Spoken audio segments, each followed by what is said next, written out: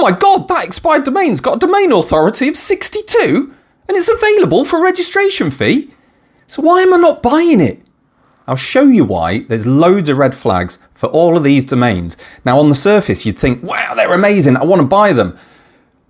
But I tell you what, grab yourself a cuppa, sit down for a bit, and I'll go through why you don't actually want these domains and why you should steer clear of them and how you can spot them really quickly so as to waste no time.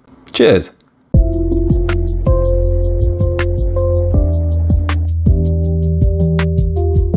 So content spam is quite easy to spot when you're looking at the Wayback Machine archives. So to spot this, we first do need to load it up in the Wayback Machine. So we're going to go to Wayback Machine and type in the name of the domain. This is a good example of content spam in the snapshot of a website. So we can see this is in chronological order. So this was the original version of the website. It's about different versions of Macs, different series of Macs, and it's all very Apple Mac inspired.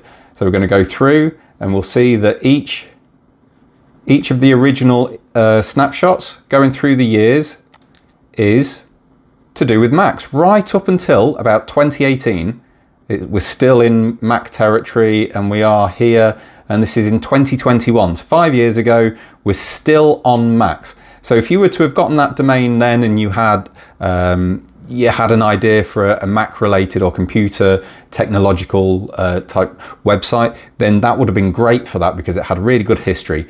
But then we switch into 2022 and we can see that the content on the website is now aimed at casinos or gambling or something to do with that. See, it's Citus or Citus slot demo. So at that point, that domain is, in my opinion, burnt. So we can see from the Wayback Machine that it has a lengthy history from 2002 up until 2025. So we can see that originally this was a website that was aiming Apple Mac series computers, and it was just a fan site for Apple Macs. And we can see that it remained this way. That's 2018, 2020 to 2021. It was still that same website. But then into 2022, it becomes a slot website, casino website, online gambling, a complete shift in content, and then it goes to spam. So this is a huge red flag. This should be a killer for any of your aspirations to buy that domain. Walk away. It is not worth the time or effort. It's not worth the $10 for registering the domain. Just walk away.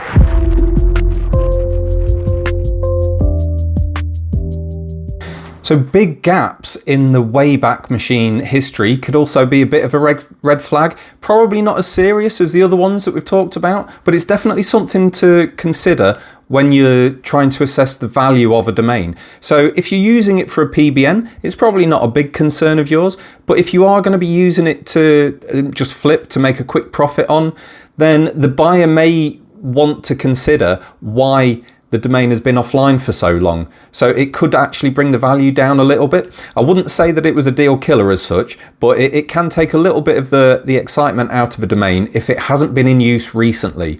Because people that are looking to buy it, they're going to want to either flip it or to put it to good use soon. So they're going to want to know that it's at least got a bit of history of receiving some traffic, or it's, you know, not been blocked in the search engines.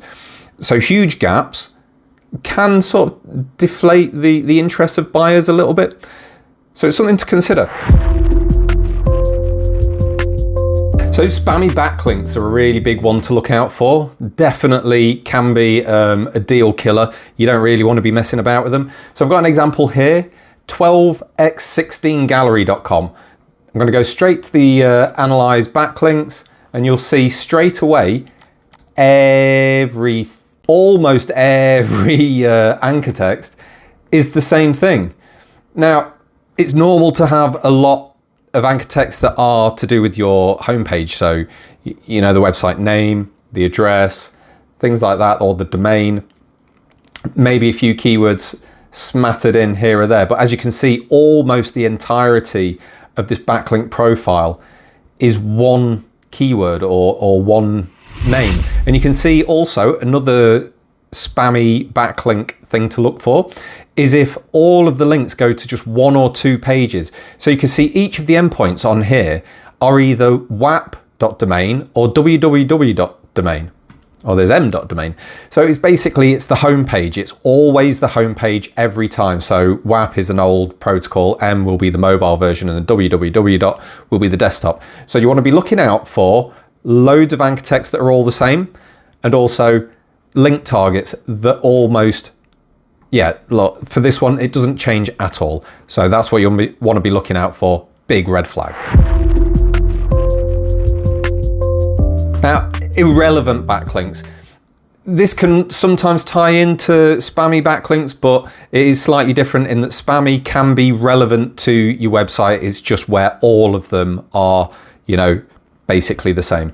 So with irrelevant backlinks, see here we have the domain theoriginalhotdogshop.com.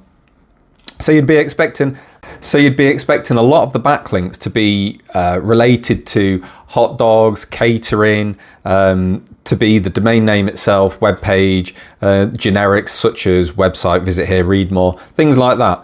What you wouldn't be expecting is slot 88, situs slot 88, bocap, video dot, video bocap, you know. So we've got this domain, icaravans.com.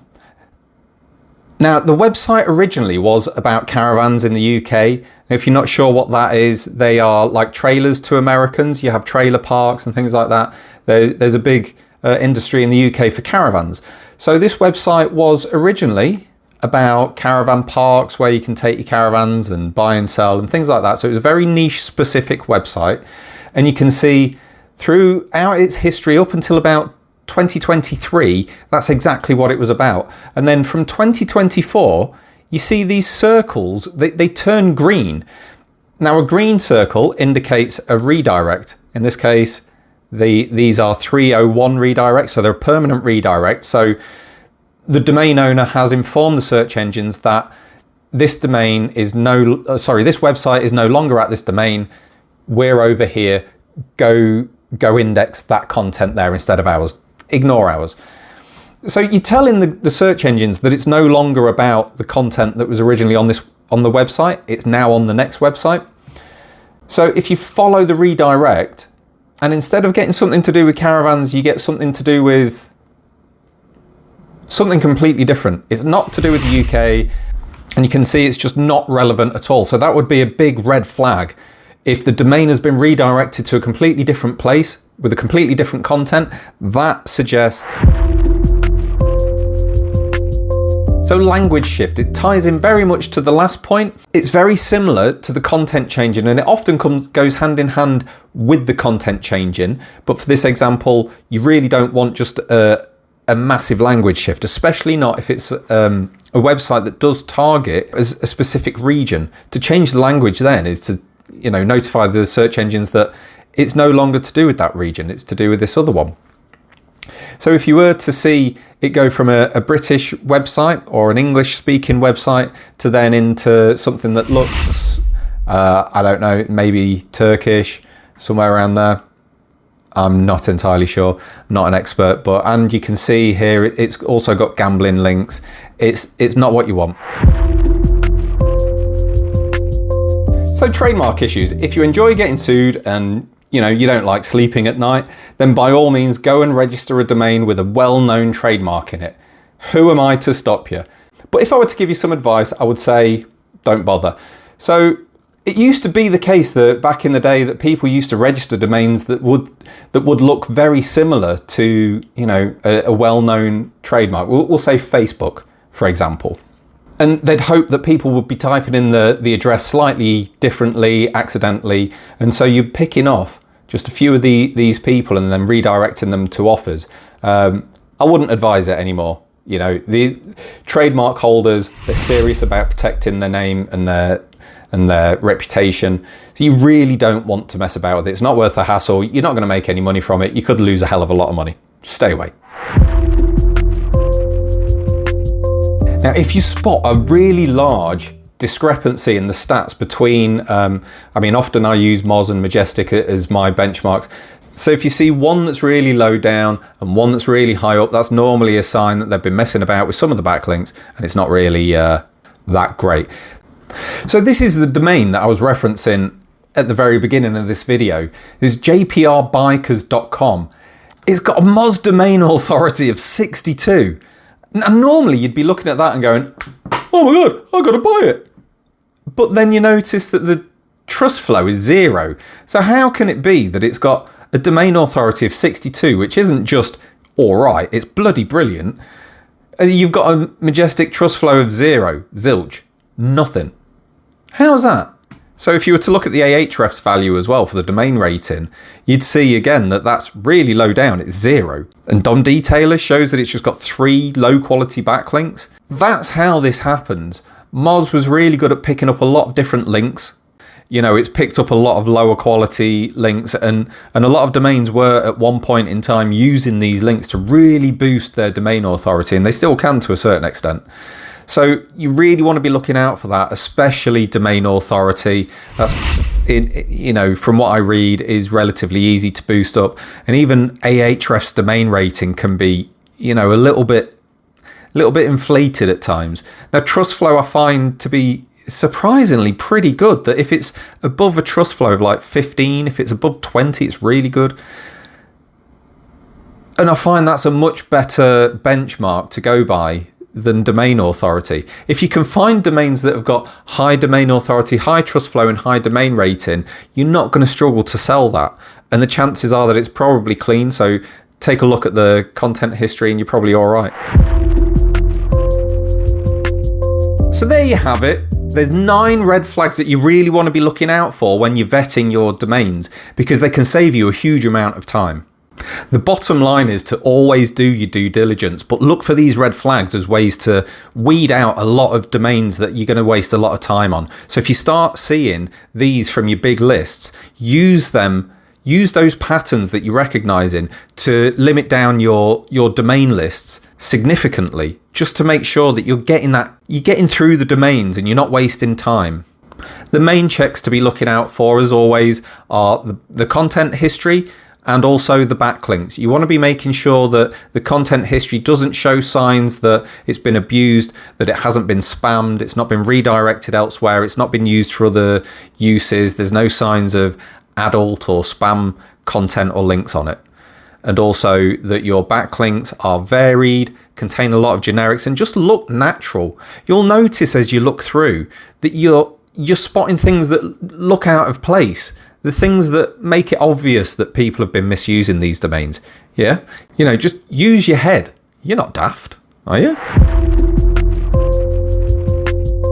So if you're wondering what to do with your domains that you find, you know, the good ones, not these ones, but the good ones when you find them. If you're wondering what to do with them, go check out our PBN guide series. PBNs are a really good way to boost your money websites, to sell links on, and even to rent out. You know, you can rent pages, you can rent the whole domain or subdomains. You can do a lot of different things with expired domains. Least of all, I mean, you can flip them. If you're looking to make a quick buck and to just move it on, if you find a really strong domain with good stats, there's always buyers for domains with good stats. You know, brandable domains can be awkward to find sometimes. You've got to find the right buyer for it. But if you've got a domain that's got a domain authority in the mid-20s, trust flow mid-20s, it's got a couple hundred good referring backlinks, and it's got a clean history, I'm telling you, you'll find a buyer for that any day of the week, especially if it's on a .com. So if you found the video helpful, go down there and click on some stuff that looks like that, or a bell, you know, subscribe and all that crap. And don't forget, leave a comment, tell me that you don't like my face, or you're wondering what's going on with my hair, why is it receding upwards? I don't know, it's a preceding hairline, I guess. So until next time, I'm going to stop talking. Bye.